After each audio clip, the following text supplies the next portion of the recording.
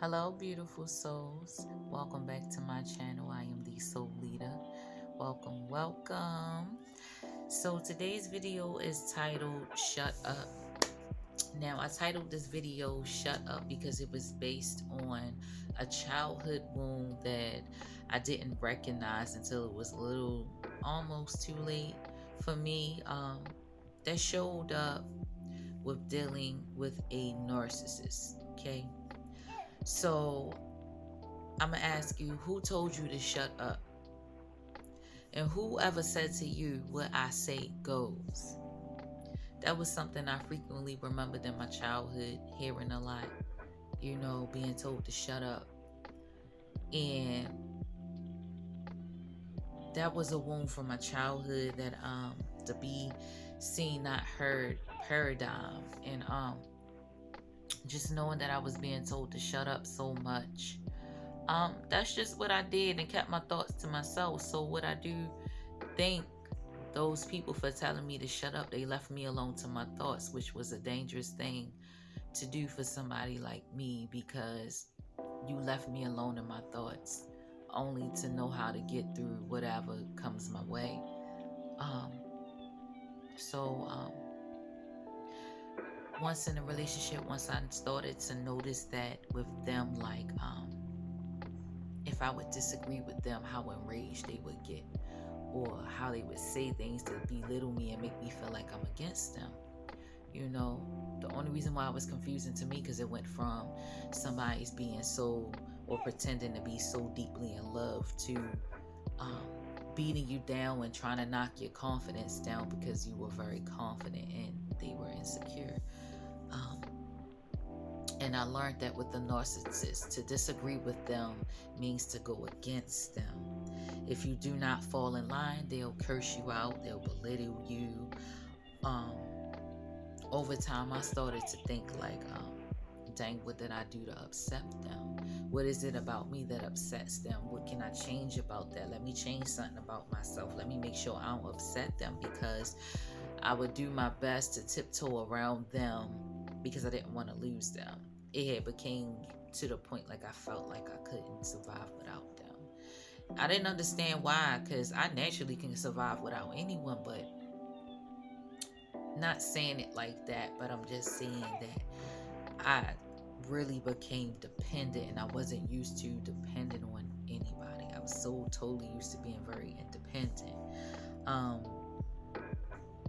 I used to ask myself, what is it about me that they don't like? Because the way that they are reacting was the emotions and reactions that I would see from somebody who didn't like me. And what I do respect about the people who actually showed me that they didn't like me, I was aware of it. But this was the dangerous part. Because even though I knew I was seeing it, their words and actions wasn't matching. It was just too confusing, because it was like they would go in and out from being loving to being like somebody don't like you, like a Jekyll and Hyde. And like my spirit picked up on it. So the whole time I was experiencing all these things, my spirit was telling me everything. When I look back and think about it, all my spirit was telling me everything, and I was on to them, but they would constantly do things to keep me in that illusion. And my spirit was just telling me like, but you're being tolerated. And at this point, whenever in life I disagree with others, some will react with anger or try to manipulate me into thinking I'm the aggressor or the debater. And I felt small. I was thinking like, hey, it's me. You said you love me. It's me. And then they would be nice and love on me a while, and then boom, back to the same old thing. That's what the narcissist would do.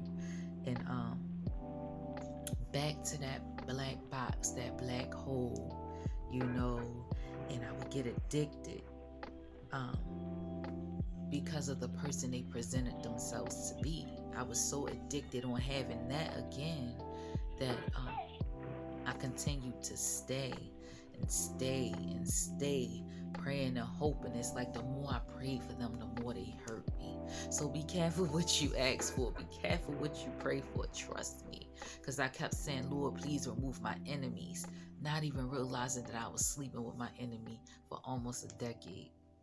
That the snake was right beside me, because when I used to have them nightmares back then, I used to always think of the snake, the serpent right beside me. And I think they seen something I had wrote about them, and they were so mad. So when I noticed that they were reading my writings, I stopped writing.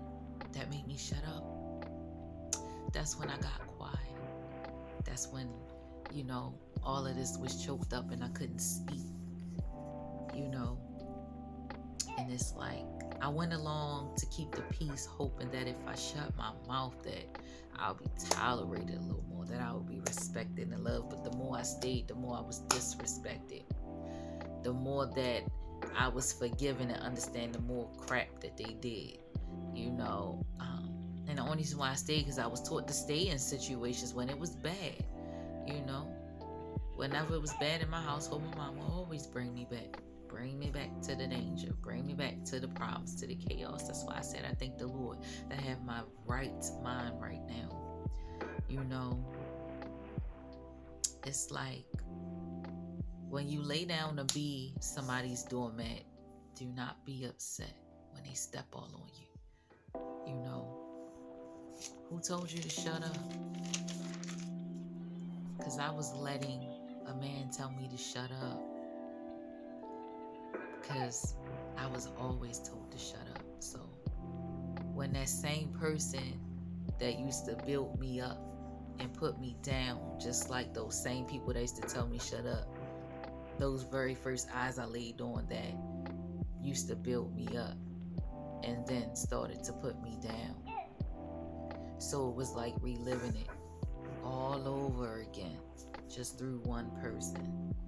All of that karma, all of that debt, just all in one person. It's very traumatizing. So I encourage you, beautiful souls, not to shut up. Don't shut up. Do not shut up. Open your mouth. Speak up. Speak up, because you deserve it. Speak up because you deserve to live the best life that you can ever live. You are not nobody's doormat. You are not somebody's puppet. No one pulls your strings. You are loved. Trust me, I'm telling you, you are loved. The Lord has changed my life. The Lord has really, really changed my life. So with that being said, beautiful souls, I'm going to end this video on that note. And I'm going to tell you once again, don't shut up. Open your mouth and sing. Sing, sing, sing all your praises. Because when I think about dealing with a narcissist, forgive me if I'm speaking slowly, because I'm just thinking on it all. Like, you can get through it. Trust me, you can get through it. But if it's to the point that you with somebody that's putting their hands on you, I'm telling you, the moment that you can get away, run as fast as you can, Forrest, run.